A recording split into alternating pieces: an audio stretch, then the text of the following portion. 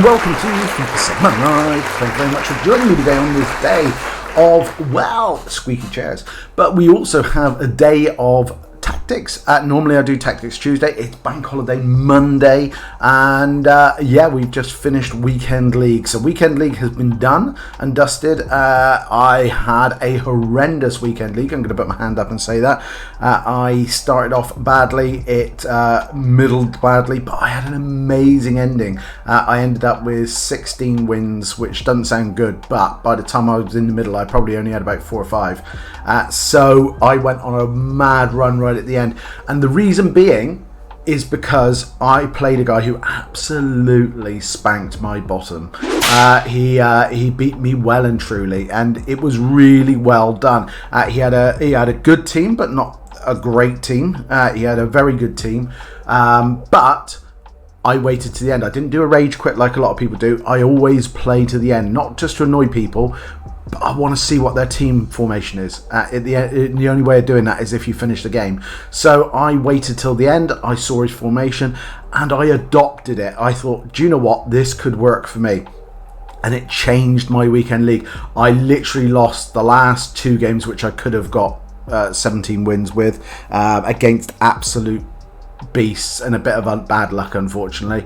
But I literally won everything else, and I had such bad luck in the leagues, or not bad luck, but I couldn't settle on a formation, couldn't settle on a team. So I managed to get myself relegated from Division 3 to Division 5. Last night after a Weekend League, I was so excited about this formation. I went back into Rivals and I got myself promoted.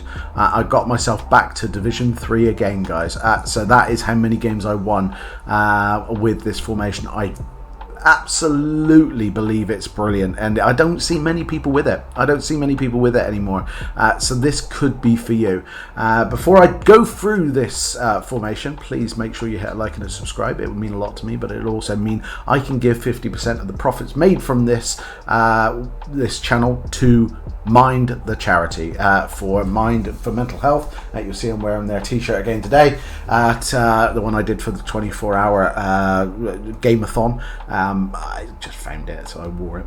But yeah, I give 50% of the profits made from this channel to that charity. So yeah, hit a like, hit subscribe, and it means I get to give money to charity, and it means you get to give money to charity without actually spending anything. So it's a bargain. While you're at it, we have a sponsor for this year, which is U7Buy. You'll see them there above us. There you go.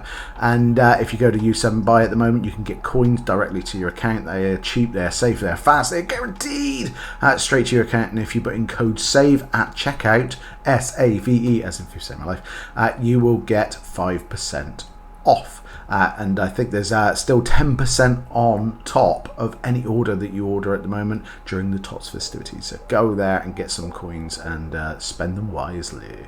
And also, while you're there, have a little look at our Teespring shop. Down below, it has some FIFA Save My Life merch in it. Right, let's get on with the formation and what it is. Right, this is obviously my starting formation. It is not the formation. I have used this formation. I've got very good videos on the formation, on the 4-5-1, and I do like 4-5-1, and it's something that I had been using this weekend and kind of not really settled with. But this isn't the formation. This is just a formation to get 100% chem. So what you do is, if you're not 100% sure on how to do this, you go to Custom Tactics, and of course then you can press L2, and it brings up all your formations and the formations. So you can see I've got a 4-2-2-2-2 there. That is just a formation that I've been using and wanting to, sort of trying to get results with. That was the one that I was losing lots of games on at the moment with Weekend League. So as much as I like that formation, that's not what we're doing. We're doing the 4-3-2-1. 4-3-2-1. 4-3-2-1. So we're doing 4-3-2-1. We're doing 4-3-2-1, and that is the one we're doing. So I put it in defensive. It really doesn't matter. So let's go through what it looks like and how it's set up. So these are the tactics. So defensive style, we have pressure on heavy touch. I don't go balanced, I go pressure on heavy touch. Just basically, it keeps your players alive. This, I think, press after possession loss and constant pressure is for if you're losing last 20 minutes and you want to step it up. You've got somewhere to go. I think pressure on heavy touch is great. It keeps your players alive, keeps them moving. Sometimes you have brilliant players, but they're mediums. For instance, I've got your Messi's and people like that. They're mediums. This, I find, keeps them moving, keeps them, if the ball is loose, they go towards it. So that's what you kind of want from your team, full stop anyway. And it's good to pressure up. We've got width, we've got a good old 5, we've got a balance of 5 there. That is as simple as that, just keep it nice and balanced. Right, depth, 8. Right, you're now breaking into a cold sweat, I know you are. But it's brilliant. I watched a pro the other day and I saw his tactics. And he did 8, and I could kind of see what he was talking about. Basically, it's obviously a lot of people do 7 because it's automatic offside. He does 8 because it kind of a little bit more, but pressures. Gives a lot more pressure up front, and it works. It works really well. Try it again if you want to down it. Then that's up to you. But I'm genuinely saying 8 is the way forward. It is really good for pressuring all over the pitch, but also catching those offsides as well. We have long ball. Love the long ball. Got to have a long ball. It kind of goes with the pressure on heavy touch. Keeps the players moving. As soon as you get the ball, your front players are looking to move, and you can put that nice through ball through and get the win. We've got width of 5, so we're matching up with that width. We've got players in box 5. I don't go mad. I go 5. Again, it gives you somewhere to go if you're not getting on so well during the game and there's not enough players. You can always step it up, but it's better to step it up than step it down, because if you've had to step it down, it's because you're losing. So yeah, step it up, guys, if you need to. So I start with 5 and see how the game sort of progresses.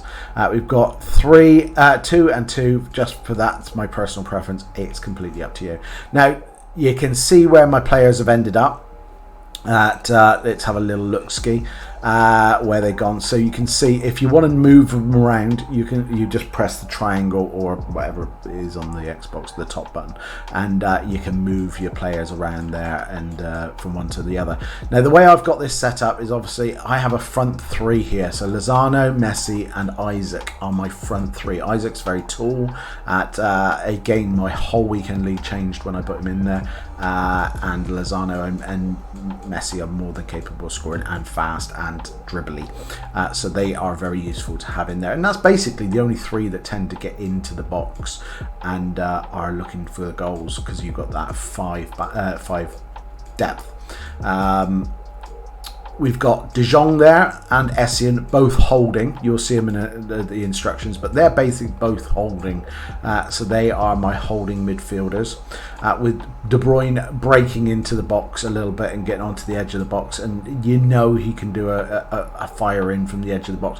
But it's a nice flat 3 in the middle. It works really well. I've got obviously these 2. You'll see bomb forward, Jordi Alba and Carlos Alberto bomb forward and join in, which leaves obviously, and the reason why you have 2 there is then you've always got 4 defending, because obviously you've got the super fast Luke Shaw and Walker in there. Now again, I hate the fact that I don't have central defenders in there. I absolutely hate myself. I have to take a horrible shower at the end of every game and wipe the dirt off me because it's a horrible thing. But I've had to embrace it. I usually have Diaz and Ake in there and people like that. Do you know what? It doesn't do you any good. There is too many people with the right back, left backs in the centre. You're just going to have to join the party, especially with the amount of fast strikers there are now, thanks to Tots. You ain't going to keep up with them with your Diaz's and Akis. It has to be 90 plus, I'm afraid. So that is why I've got Shaw and Walker, and they both work really well. Shaw's medium, Walker's super fast, so they are my central defenders. Right, let's have a look-ski. So this is the settings. We start with goalkeeper, why not? He's always the one forgotten. I always have with Edison, just because he is Edison, comes across as sweeper keeper, because he is super fast. If you've never had Edison, he is the fastest keeper off the blocks. He is super fast, and he's a great keeper anyway. He's the only keeper I've never moaned about, and I always think he's amazing. So yeah, he stays, but his kind of mannerisms sort the fact, or his traits in fact, sort the fact that come across as a sweeper keeper is his bag. But if you've got a, I don't know, an all black, I wouldn't do that. All black's more better on his line. We keep the central defenders as they were. So don't touch them. As I alluded to, Jordi Alba and Carlos Alberto have join on attack and overlap. Join on attack and overlap, because basically you want them to join in on the attack because it gives you extra, because you've not got those players going into the box, but you want a number attacking to get in towards the box. With the fact that you want them overlapping, you don't want them getting in the way of Messi and Lozano. You don't want them crossing in the way. You don't want them bumping into them. You don't want to. So you want them out here on that wing. And yeah, just keep them out there. Right, we go to the midfield pairing. We have stay back and attacking on De Jong. We have stay on the edge of the cross, stay on the edge of the box for the cross, and cover centre. And that is it. That's De Jong. He's the more mobile of the two, so that's why he's got that. But Essien is my out-and-out defender, midfielder. So I have also exactly the same on him, but I do have aggressive on him. And the reason being is I have Fellaini on the bench, and I can bring Fellaini on the last 20 minutes, and Essien can just do that a little bit more. He's very clever with his defensive awareness, and he can really break down a lot of play and let De Jong and De Bruyne pick it back up again and play the ball forward. But he is brilliant at just breaking up the play. If you've got a defender like that, a Kante, a Makelele, a Kimmich, people like that, yeah, do that.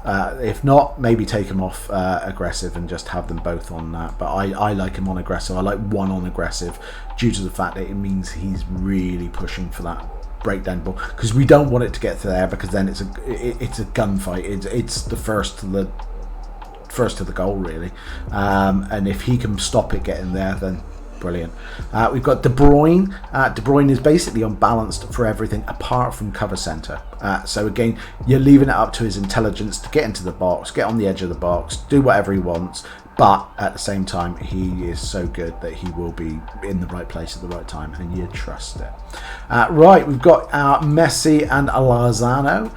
We have a balanced width on them, because again, we want them in and out. We want them to sort of be in the pockets, but we have getting behind and stay forward on both. They are basically strikers, so we want them getting behind with that long ball, but stay forward on there as well. And obviously with Isaac, we have stay central, getting behind, and stay forward, because he's our only one striker. We want to know where he is at all times. He is in the middle waiting for that ball from either Lozano, Messi, Jordi Alba, or Carlos Alberto, or maybe even De Bruyne. So he's kind of waiting for those balls through, and he's tall, and he's strong, and he's fast. So again, I like him in there. I've got lights of R9 on the bench at the moment, people. I know it's disgusting. R9 on the bench, Cruyff on the bench. Isaac just does it for me. He's brilliant. He's absolutely superb. But that is the 4-3-2-1. That is how you play the 4-3-2-1, my friends.